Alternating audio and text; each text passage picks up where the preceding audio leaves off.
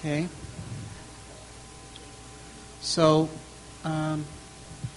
this is the closing talk. So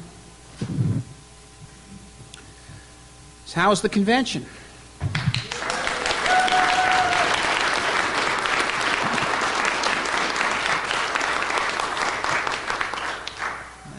Glad to hear it. I thought it was a very high-quality event myself, and I'd like to thank the Dallas chapter and everyone else who played a role, and all of you for coming and participating. I think it was a very high-quality event.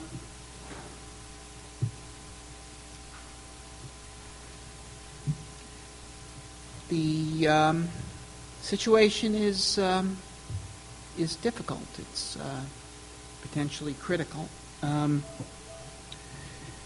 as I mentioned last night. But I think in Chinese the character for crisis is also the same as that for opportunity, and that's what it is. It's not necessarily going to come out well, but there is an opportunity here. There's an opportunity here because business as usual will not serve. That's what it boils down to.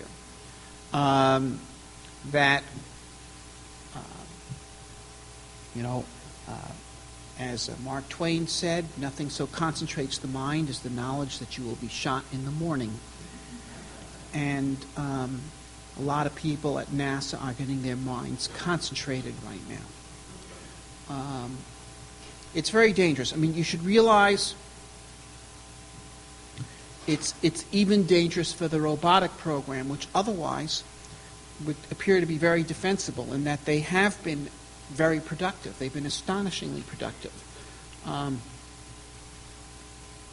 When I was rewriting the case for Mars, I'm looking at what's happened since 1996, and the human spaceflight program made no progress at all since 1996. None, zero, zip.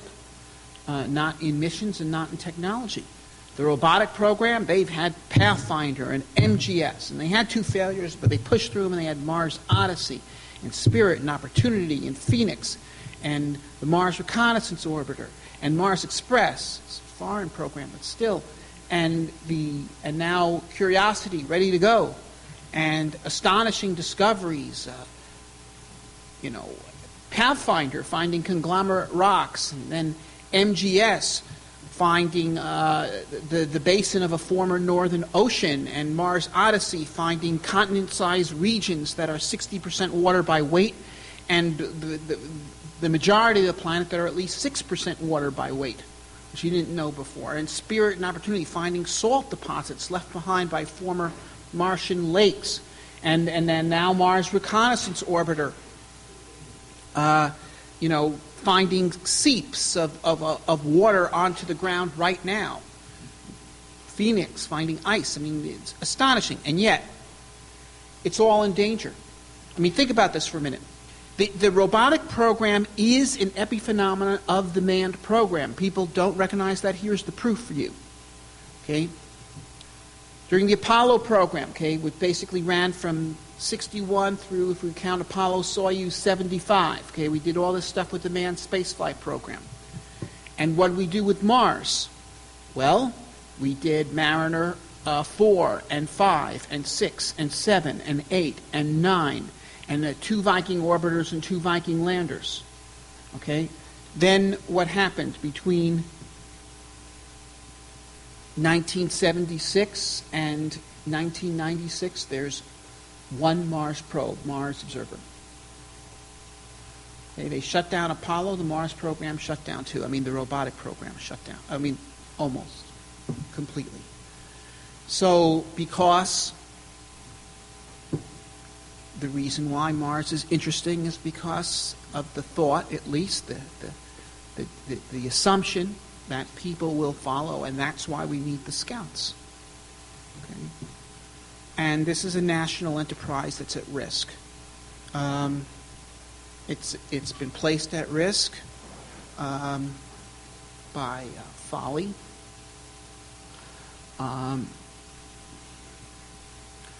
Which, the folly they could, the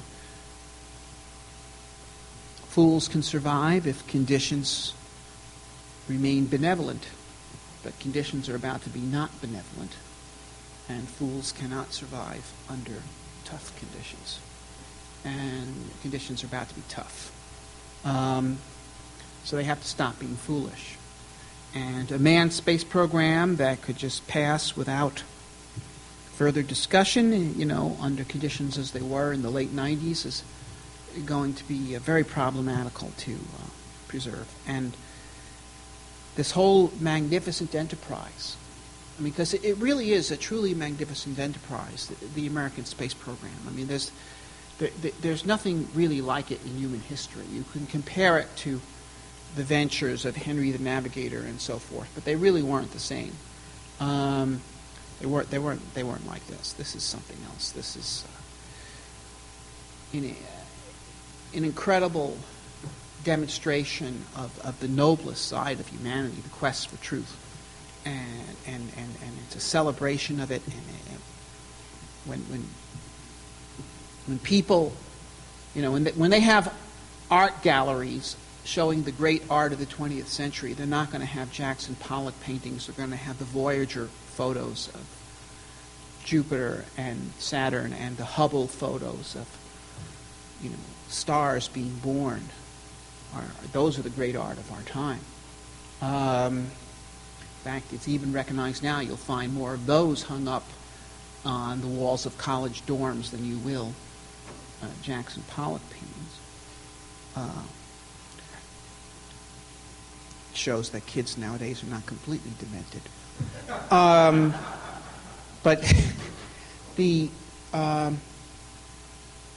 But there it is. We can't let it go down the drain.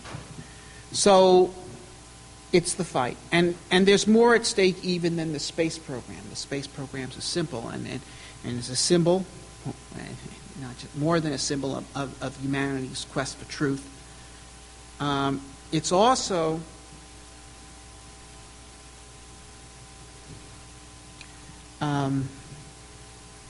demonstration of the infinite power of human creativity, and that's a very important thing, because you see, there's two fundamental views of humanity that are at play and in battle at the world today. One is that human beings are consumers or destroyers, and the other is that humans are fundamentally creators. Okay. Now, it is in fact demonstrable that human beings create more than they destroy, because if we didn't, there'd be nothing here. If humans on net destroyed more than they create, there would be no artifacts of human civilization in existence. All these cities, the buildings, they wouldn't be here. Okay, houses. Because if we destroy more houses than we create on net, there'd be no houses. Because when we started out, there were none. But still, that proof aside, the point is of enormous significance. You see, if you think that, if your view of the world is that there is so much resources there, and human beings are fundamentally destroyers of resources, then basically human beings are vermin, okay? And they're just destroying things. And they're in order to preserve what's there as long as possible, human numbers and human activities and human aspirations must be limited. Okay? Must be limited. And human freedom is to be abhorred because it lets the vermin get out of control. That what is necessary is control that can limit the activities of humans, control them, but furthermore, the view of humans from one to another is entirely negative. If it is true that there are only so much resources to go around and we're all in competition for them, then every other person is your enemy. And every other nation is your enemy. Okay, because you're all competing for a finite piece of the pie. Okay? Then, and in fact, you should do everything you can to stop them, to constrain them, to kill them. And every new life born into the world is a disaster. Okay? And it is, for example, a disaster for you if people should start doing better in China. If the sons and daughters of Chinese peasants become scientists and engineers, that's a terrible thing in this view, because then they're going to have incomes and they'll buy automobiles and they'll use oil and there'll be less for you and so forth. So really what we ought to do is try to sabotage China. We should try to stop them. And then furthermore, they should feel the same about you.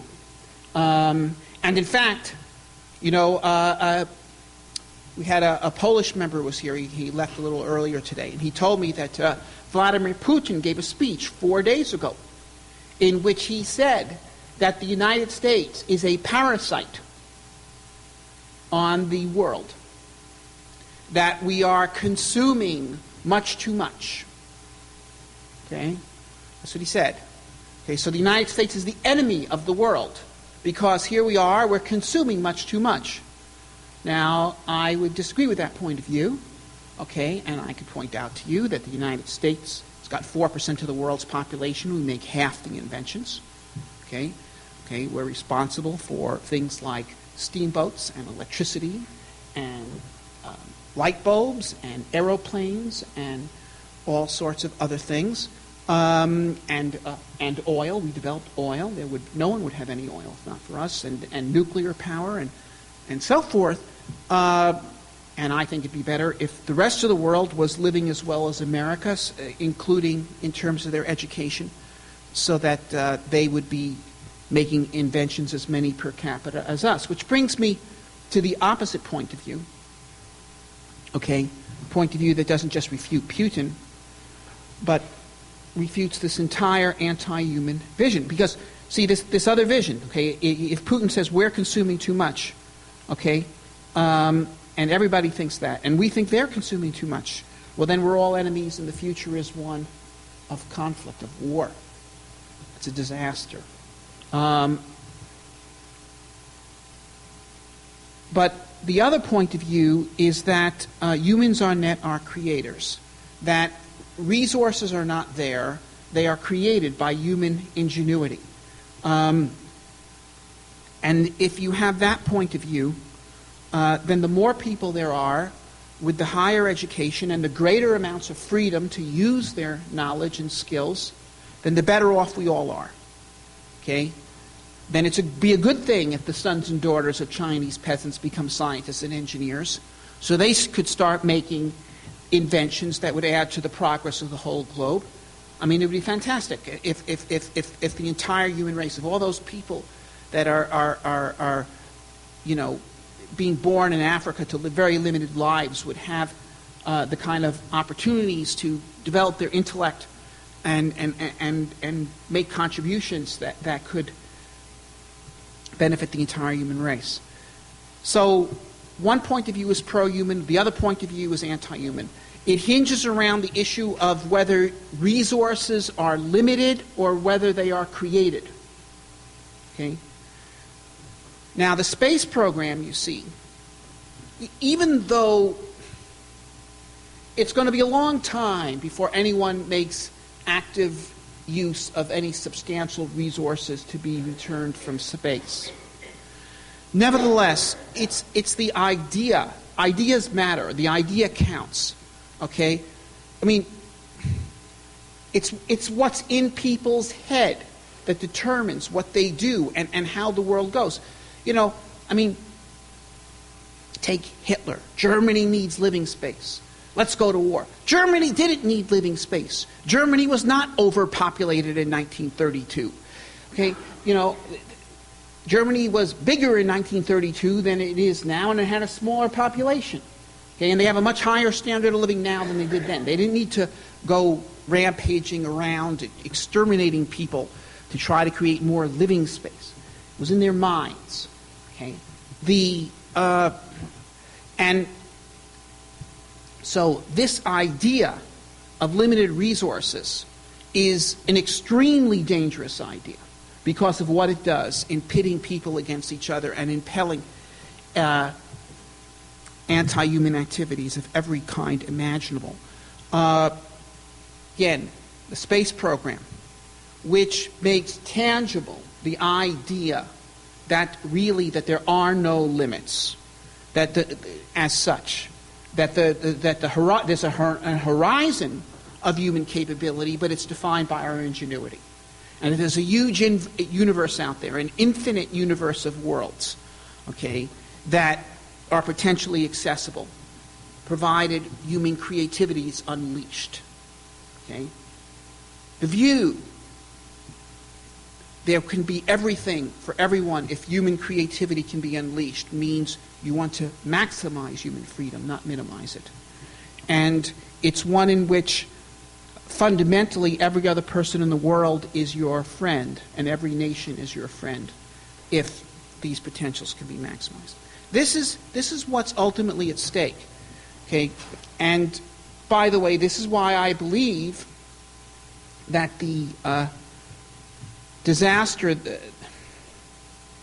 that has been engineered for the American space program has been engineered because President Obama's science advisor, John Holdren, is an extremely strong ideological adherent of the limited resource view of humanity. But anyway, that's what stands here. So this is not just about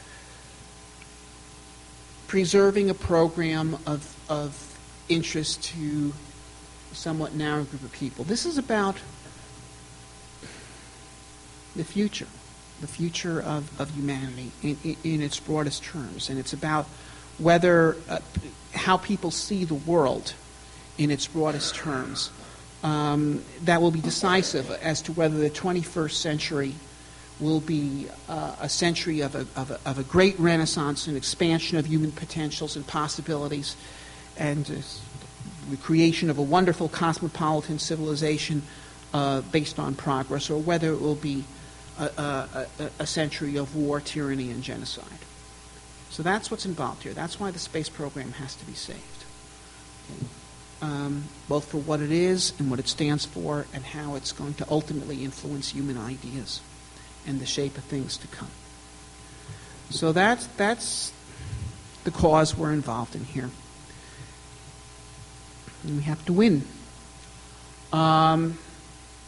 But humanity wants to survive. And humanity has developed in such a way that it can survive. And therefore, I believe that failure is impossible. So there you have it. If